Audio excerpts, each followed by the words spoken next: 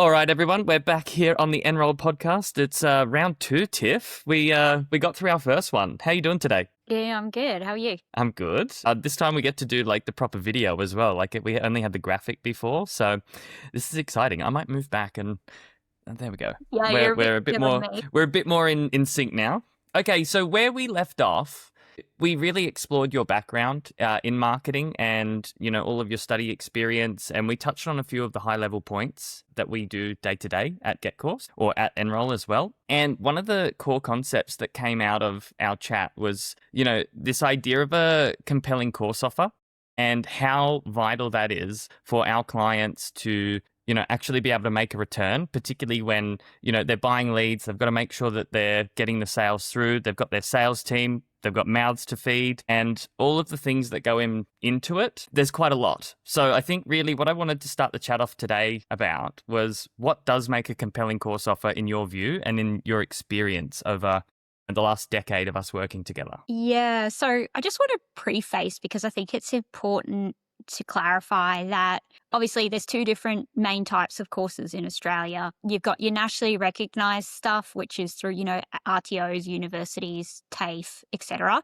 And then you've kind of got your more like short course market, which is not nationally recognised, but they are industry accredited. I find because the main thing is obviously with the RTO and nationally recognised courses, at their core, the courses are technically exactly the same. So like, for example, you've got a certificate for in youth work and the course content from that course is generally going to be the same regardless of the provider that's delivering that course. So from a marketing point of view, making your course stand out from the crowd and your competitors is super important because at the end of the day, the course is technically like the content's exactly the same.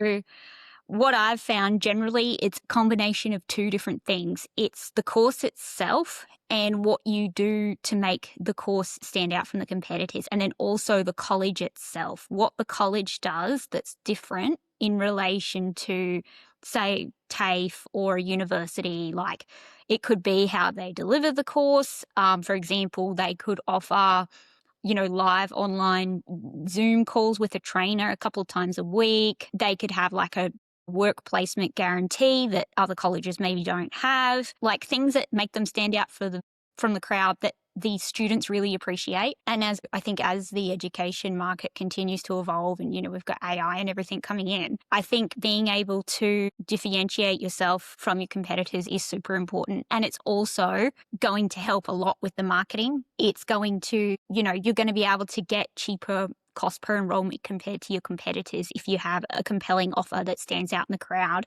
that gives the students what they want. You know how to get leads for courses, right? Yeah. You know what courses are going to be popular, which ones we can get the best lead prices for. When it comes to an RTO being able to convert them, what are the main levers that they have inside the business to increase those sales or create more revenue for themselves? Yeah, so I think if I just stick just to the course and exclude the college at this time, I think the biggest lever in relation to conversion and actually getting the leads is, does the college have some type of payment plan for the course? That's literally the number one thing that can make the biggest difference between how much you're paying per enrollment. Like if you can even get leads, obviously with the way the economy is right now, people are quite price sensitive as well. That's another thing to consider.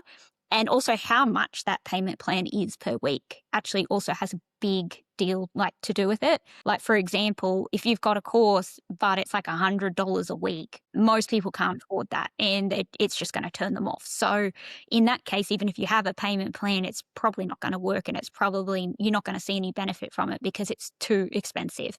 So you've got to make sure that you're setting your weekly payment plan at a price that makes sense to the college. So obviously they've got to make their money back, but also it's got to make sense to the customer. And usually we find that benchmark is actually around that $50 mark. Anything under $50, if they consider it to be valuable, generally is going to perform a lot better than, say, if you've got a weekly payment plan that's over $50.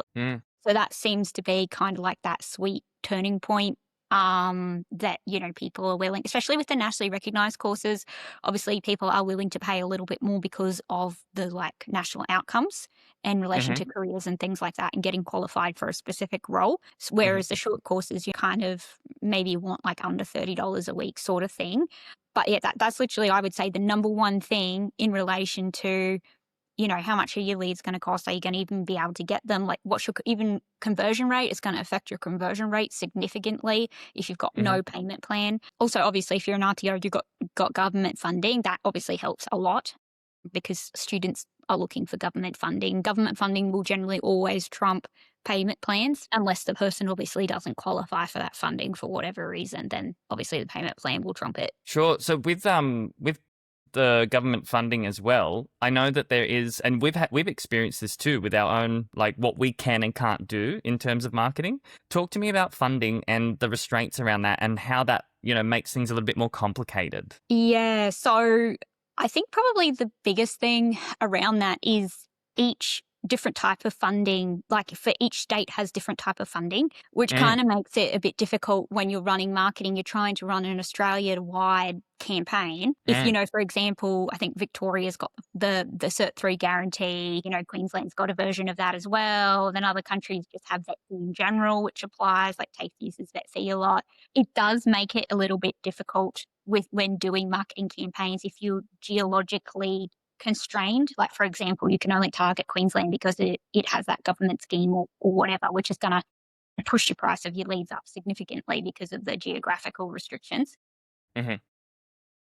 Yeah, that's probably the difficult thing. I think vet fee is a lot easier to advertise because it's usually nationwide, whereas like a cert guarantee is like state specific, or an apprenticeship program is like state specific, which can make it, yeah. And if you've got other colleges in that market, in that state, that are also promoting the same government funding, again, that's also going to push your competition up higher and you're going to be paying more to get in front of the same people. In terms of what you can say, though, because marketing, I know you're very copy heavy as well. Like, you rely a lot on the copy. I know you love that part of it. With what you can say, how do you navigate that? Yeah, so especially with the nationally recognised stuff, obviously there is compliance that has to go through ASQA. So, like, for example, if you're advertising a nationally recognised course as a third party, you have to make sure you're putting the full course name, including the course code, you're putting the RTOs delivery code in the ads to be compliant. And also, you can't be giving away free things with the course. That was a government regulation that got brought in after they, back in the old days, like 10 years ago, whatever, they used to give away free laptops and stuff with courses, and it just caused this massive blow up, people complaining they were getting scammed and stuff. So the government cracked down on it. So you got to be you literally can't use the word free in anything. You can't, you got to make sure you have all the RTO number, all the course codes, all that sort of stuff. And you've got to be careful how you word some of the ads as well, like by you can't make unsubstantiated claims and say, well, if you do this course, then we can guarantee you'll get into this career. You've got to be careful with the wording and things like that. So, it is definitely a little bit more difficult doing marketing campaigns for nationally recognised colleges than it is, say, short course colleges, because they don't have the same restrictions. But at the same time, we've been doing marketing in EDU for education for over 10 years. So I pretty much know all the requirements back to front. I've had to, because it's my job, and making sure everything's relevant. So, and we're not putting anything out there that's going to get us in trouble with ASQA. So payment plans and unique selling propositions for RTOs is really how they have leverage on a compelling course offer. But you did say as well, short courses, you've got a lot more flexibility there. What makes the short courses compelling to an end user? I think short courses, because they cover a lot of topics and a lot of niches that the nationally recognised courses, there's just not an equivalent version of. So, yes, obviously, you got your standard foundation stuff like business and accounting and stuff. There's going to be nationally recognised versions of that. But how to use Xero as a software having a short course in that, for example, as an accounting software and stuff. That's something that people find really, really valuable because it gives them, walks them through the process of, well, I need to use this software for my business, or, I'm starting a new job where I need to do the bookkeeping, but I don't know how to use this software. It's going to teach them. And yeah, generally there's not like a nationally recognized equivalent of that. So in that case, yeah, there is a lot more different like niches, a lot more categories and stuff where there isn't a nationally recognized equivalent. And I find like the people who generally do the short courses, they're really passionate about that particular topic and they just want to learn everything they can about it. And that's the driving factor of usually why they will pick a short course over a nationally recognized course, because either they can't find an equivalent or they're just really passionate about that thing and they just really want to learn all about it. Being passionate about it is one thing, and knowing that the course is like going to be detailed with that subject. What else do providers or short course providers do to their courses to make them compelling? Yeah, I think a lot of it also has to do with delivery, being online and being self-paced and letting students be able to study whenever, wherever they want to. I think that was a really big thing when it first came in, because previously all of the nationally recognized stuff used to just be on campus. You couldn't study any of it online. Like you had to go into a physical campus, which means you were very limited by what you could study because it had to be in the town that you lived in, for example, or you had to study to go away to university to learn that thing because there was nowhere close to you that taught it. So I think the fact that it was online for a convenience factor, and then also the self-paced thing, because obviously people get busy, life happens, things pop up. Sometimes you can't study 1 week for whatever reason. Having that ability to be able to do self-paced, you enroll in a short course, they give you 12 months access usually, and you can just go as fast as or slow as you want through that course, as long as you complete the course within, I think it's 12 months. Right. And is there any other like accreditations or things that short course providers are doing to make their courses pop? Yeah. So I find that they generally like to partner with a lot of industry bodies and offer like memberships, like access to networking events, masterclasses, where they'll get some sort of celebrity or person who's really well known in that particular industry to either do an in-person or a recorded like masterclass or webinar or thing like that. Some of them also have what they call like a career center, where once you finish the course, they will actually help you put your resume together. They'll help you put up a professional LinkedIn like campaign, give you interviewing tips, like things like that, like additional services to try and help you actually get a job when you complete your course, which a lot of RTOs don't offer as much. Yeah. I'm just trying to think what else. Could I add something to this? Most of the things you're saying, they're more about practical experience on things. Like rather than it being a holistic subject that the government said you have to know this stuff, it's more of like a niche skill and how to practically implement that in life. One of the places I've actually seen, so this is women's fitness education again as well, but what they've done is they've done a blend. They've got the nationally recognized course, but they've also gone and done like a whole CPD component, and they've bolted that onto their course. So when you buy their certificate for in fitness or whatever, you can also add CPD units that are tailored to women's fitness and women's health. And that's one of the things that they've, to make it a compelling offer. But CPD points and stuff, that can translate over to these practical short courses too, right? Yeah, so CPD is another thing that's become really popular over the last couple of years, which is continuing professional development points.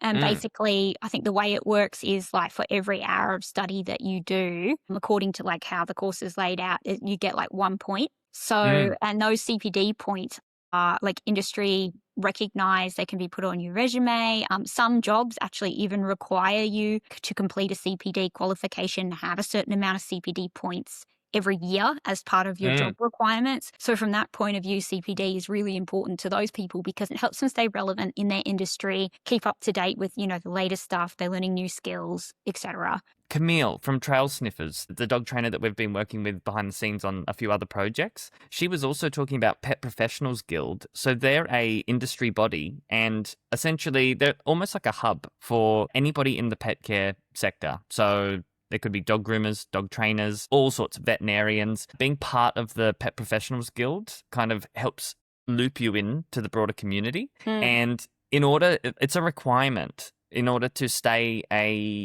member. you have to do CPD learning. So things like that, where it's valuable for the worker. Yep. Having these types of courses or short courses, it's another one of those sell factors, or how do you call it, points of appeal that people have on these short courses. So yeah, what else is there about short courses? I think the other thing that a lot of people like is because they're short courses, you're not committing 5 years of your life to doing a uni degree. If you do a uni degree part-time, I think when I did my uni degree, I did it part-time. It took me 6 years to complete my course, which is a long time. So I think the other thing that people like now, especially as like the world is just getting busier in general, people don't want to take 2 years to do a course. They want to get it done Yes. quickly as possible so they can then use that qualification or course and apply it and go get a new career, get a new promotion, start a new side hustle, whatever they're using it for. They want to be able to do the study, understand and learn what they need to learn, and then get out there and apply it quickly. I think that's the other biggest change that's coming. People just don't want to enroll in, a 3-year full-time university course anymore, because with AI and everything coming in and everything changing so quickly with technology, sometimes, depending on what degree you're doing, the stuff that you're learning in that course, by the time you finish, has started to become irrelevant. Yeah. That's actually what I found with my marketing degree, because it took me so long to complete it, because I did part-time, because I was working at the same time and to support myself, is by the time I finished, a lot of the stuff I learned in the first year was then irrelevant 6 years later. So that's like the downside, I think, to traditional education, like university degrees and things like that. Even some like nationally recognized diplomas take like 2 to 3 years still. So Sure. I think, the whole industry, everyone is starting to pivot towards, can I complete this in 6 months, or can I complete this in 3 months? They don't want anything longer than 12 months. Anything longer than 12 months is actually seen as a downside now. Now that AI has entered our conversation, it's always the interesting part of any conversation I'm having these days. So are we seeing anything on the ground where institutions are implementing AI or utilizing it to enhance their education experience? Or is it still something that the industry's quite behind in? I think in general, the EDU industry has always been a little bit slower to uptake new technology because of the type of, it's a very traditional industry. And they don't like change very quickly. That's generally my finding with like EDU. I think with AI, probably where I've seen it implemented the most so far is in like marketing, in marketing campaigns and stuff. Like I've seen some of our competitors and like other colleges and stuff advertising, and you can tell they're using AI in their marketing, whether it's to write ad copy, do video creatives, reels, etc., whatever they're working on. That's probably the biggest place that I've seen it implemented so far. Although I have also heard, but can't confirm, that they're also using it in like administration and stuff to help speed up like student enrollments and things like that. So, but yeah, I'm definitely seeing it on like the marketing side. In your opinion, like when you read that ad copy that you feel is written by AI, assumed, not confirmed, in terms of a compelling course offer, how do you feel it stacks up? The thing about AI is, especially when it's, you can tell it's AI copy, is it does all start to sound a little bit the same. So I think that's the downside of using AI copy, because you sound exactly the same as your competitor who's also using AI copy.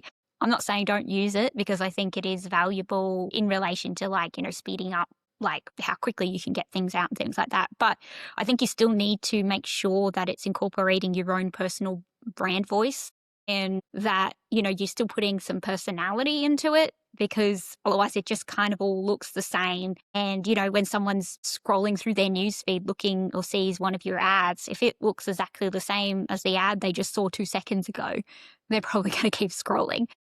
So, I think it's really important still that, there is personality inserted into the copy and the creatives. It still kind of needs that human touch, or like somebody to verify, hey, is this in our brand voice or not? Because if not, like everyone will literally have the same copy and creatives, and it'll just be like AI, AI, AI. Actually, that brings up the next like branch of that argument, because trust is something that's diminishing in the marketplace, like not just EDU, but everywhere. So for EDU providers, how is brand identity and literally market trust or sentiment going to play a role for a compelling course offer? Because you could have all the bells and whistles, but if your copy looks the same as everyone else, like who cares, Yeah, I think colleges definitely have to understand how they're different to their competitors and make Mhm. sure that they're putting that into whatever marketing they're doing, whatever format or whatever channel they're using, and making sure they very clearly make it clear to the students or whoever's inquiring about their courses is that, hey, this is us. This is what we do. This is how we're different to everyone else. And this is why you should enroll with us and not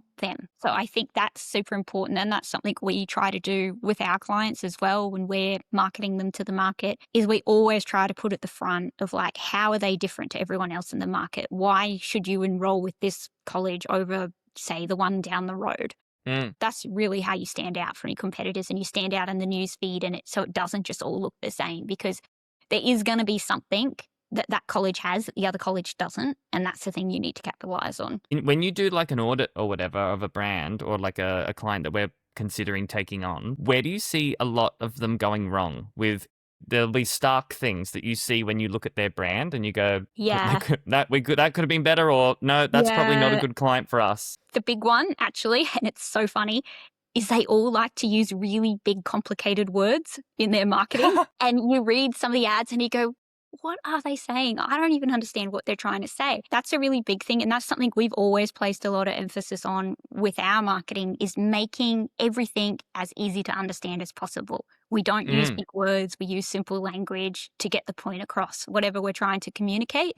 And I think this is like an industry-wide problem with education that I just see everywhere. Universities are definitely the worst offenders when it comes to this. They like to use like massive, huge, like scientific words to Look how describe. intellectual we are. Yeah, to describe. And it's like, most people don't know what that means. Why say 5 big words when you can just say the same thing in 2 short words that people understand?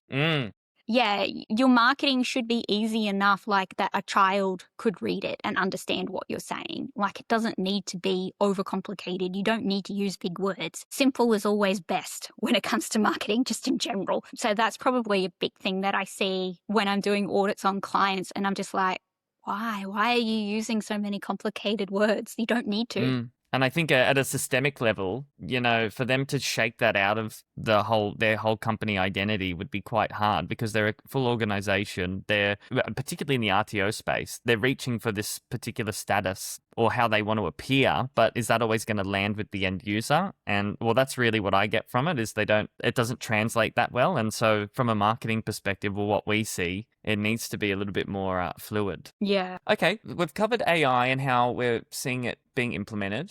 We've covered brand image in the face of AI. We've covered, compelling parts of nationally recognized courses and how to make those pop and what's mandatory, and also with shorts. What else should people be doing out there that we haven't covered? Or is there anything that we haven't Yeah, covered? I just circling back a little bit to like colleges and how they can stand out from the crowd, because this is something that I've had a bit more exposure to recently, is how the colleges actually deliver the course, I think, is a really big, important thing that's changing, especially in like the private education sector, like RTOs and stuff. Because the thing now is, obviously, as most people would know, because you see it all over the internet, is TAFE has free placements now. Like, every single year they release a gazillion free placements for multiple different courses. And obviously, from a student perspective, the student's going to be looking at, okay, I can do a certificate 3 in childcare free through TAFE, or I can go through a private RTO, but it's going to cost me $5K. Why should I go with the RTO when TAFE is free? And I think that's like a really big thing I've seen in the market lately, because TAFE is advertising so aggressively for their free placements. And it does hurt the RTOs and the colleges. It does hurt our clients, and in relation to trying to get students. But I think the biggest turnaround I've seen about in relation to this is how the colleges are delivering the courses.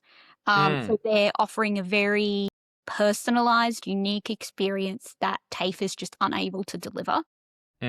How they're justifying the value of someone signing up and going through private provider rather than TAFE. So, like, for example, I think I mentioned previously, like, what you mentioned previously, like having a Discord channel where they can communicate with all their classmates, and they do like in-person role play walkthroughs for assessments and work placement and stuff like that. Having guaranteed work placement is another big one that I see a lot of private RTOs doing now that TAFE doesn't offer. Yeah. having like live Zoom calls, because again, all of the courses now generally are delivered online, whereas TAFE is still like 50-50 on campus, 50-50 online, whereas a lot of private RTOs are 100% online now. So they offer that personalized Zoom call experience, and it's like a small intimate environment. They also, some of them do like mentorships with the trainers where people have a monthly check-in call with their trainer, keeps them accountable and moving forward with the course, or if they get stuck or have questions, things like that. So, and then obviously having replays for all the live lectures and calls and stuff, so people can go back anytime and rewatch them.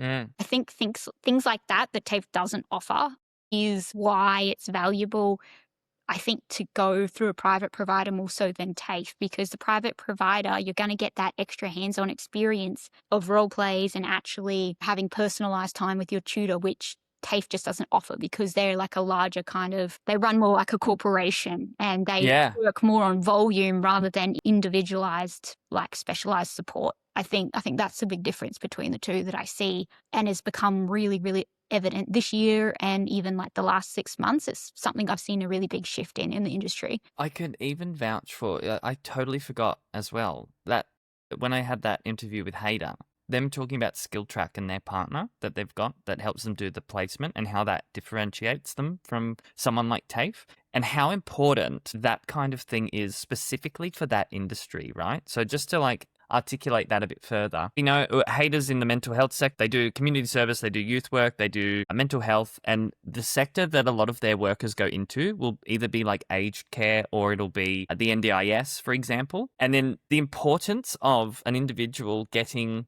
that placement and having, you know, a good provider like look at if they've passed the tests like adequately, so that when they go into the industry they're actually ready to do the job in that sector is super important. Because other chats I've had like on the Get Course podcast with NDIS professionals, there is a big problem at the moment where providers are putting unqualified people or inexperienced people on the floor. So when you look at the systemic outcome, it's not only like a more compelling thing to make somebody feel like they're getting a better deal and they're going to come out more competent, but in terms of helping an industry and pumping an industry full of qualified individuals, that's where the big impact is. So when you look at it from a bigger picture, it makes total sense that things like that, compared to what TAFE offer in that area, would make a huge difference. Yeah, and I think also work placement is one of those things that's super important. Some courses have it as like a requirement, like you can't complete the qualification unless you do the work placement component. But the biggest complaint that I've heard students have is that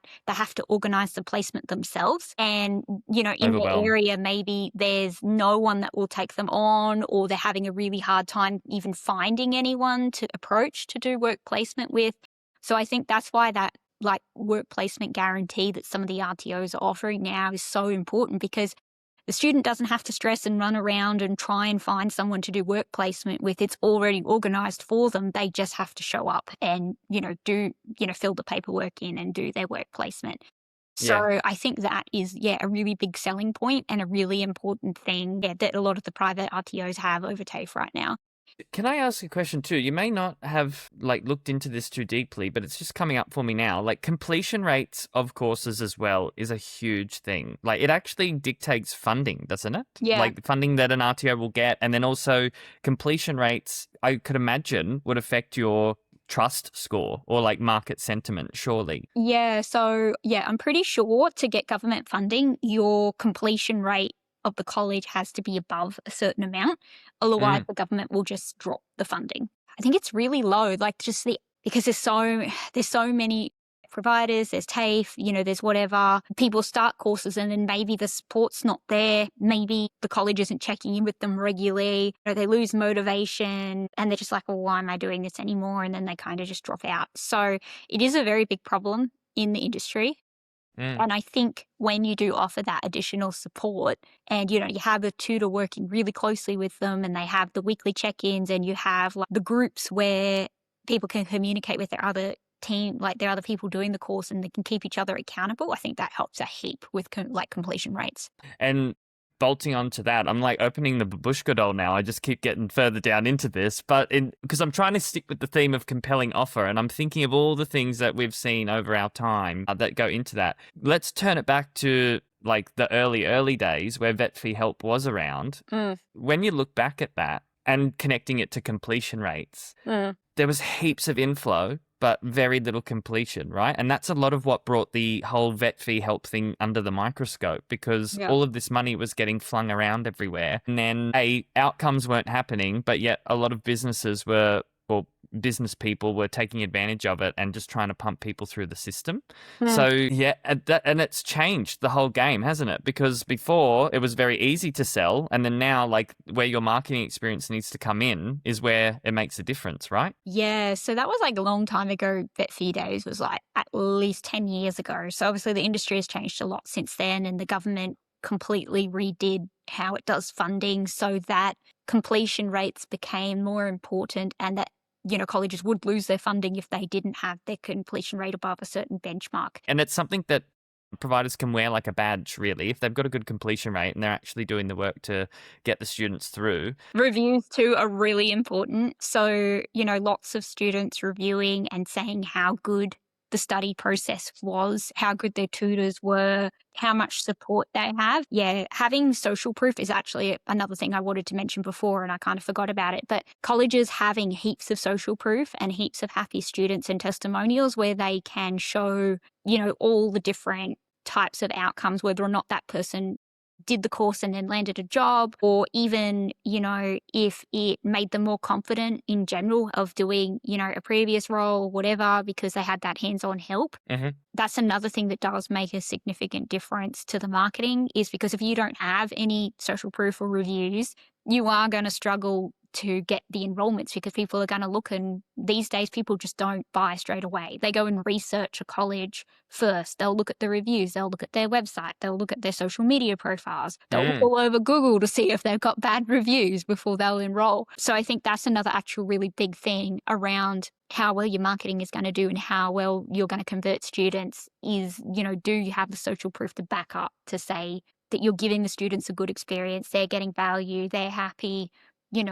I think that's another really big part of, making your message and your marketing good as well. Does it just need to be like a couple of sentences, or does it need to be a full-scale video production? It depends. I actually think written reviews, personally for me, I think written reviews are better, because if you've got a big long video, people have got to sit down, they've got to sit there, they've got to go through. Unless it's short and it's like a 30-second reel, then fine. But having a slightly detailed written review, personally for me, if I was like looking to buy a product, that's kind of what I would probably look at, because it's quicker to just scan through and see, Also, super short reviews is also a little bit of a red flag if they just go, this was good. Like, it's not really telling you anything. So I think... How much did you get paid for that? Yeah, I think, or people just leaving 5-star reviews with no written element.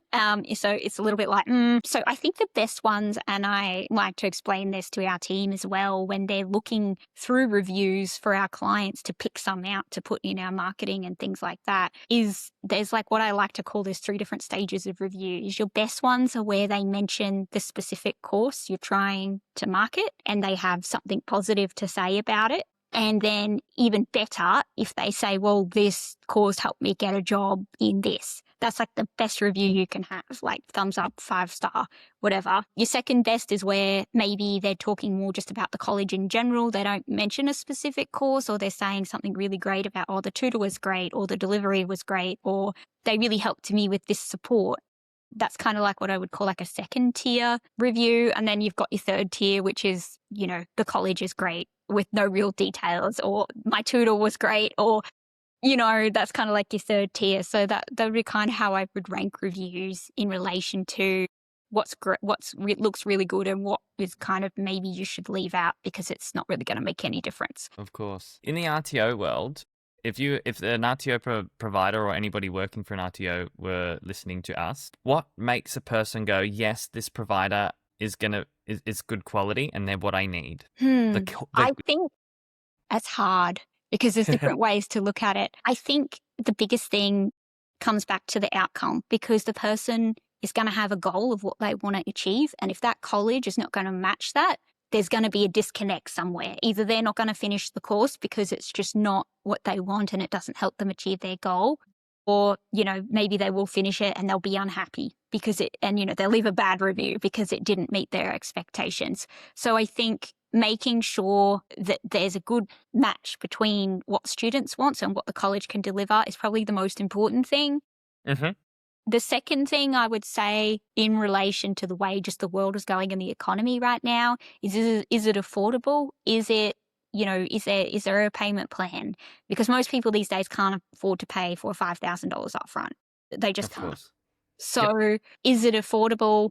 Does it have good reviews, good social proof? Like, they're probably the main things the student's going to be looking for. And then after that, then they'll start to probably dig down deeper into like maybe other things they specifically want from that provider. But I would say, yeah, outcomes is definitely the biggest one. Is this going to get me the outcome that I want? That's probably the biggest thing. So anybody that maybe doesn't have that sorted, talking to their customer is what their next step is. Yeah, I think so. Figuring out what they want. I think sometimes too, if people aren't sure, inquiring about a course and then actually just talking to a course advisor and I'm trying to understand, is this course actually even going to help me get to where I want to go, is really important. I know people these days don't like talking on the phone as much, but sometimes just having a no pressure conversation with someone from the college can be really helpful in helping that person understand what options they have. Sometimes they might not even be aware that the college offers something that might help them if they didn't even inquire in the first place and talk to someone. So I think, before making any final decisions, I do still think it's really important for people to actually talk to the college and make sure that it's going to be a good match. Yeah, cool. All right, that's awesome. I think that wraps us up for today. Till we speak again, actually, I'll have to go through our original conversation and see what else I can pull out of it, because this was really insightful as well, and I think we've pulled some really valuable gems out of our experience. So yeah, looking forward to it. Thank you. Awesome. Thanks, Tom.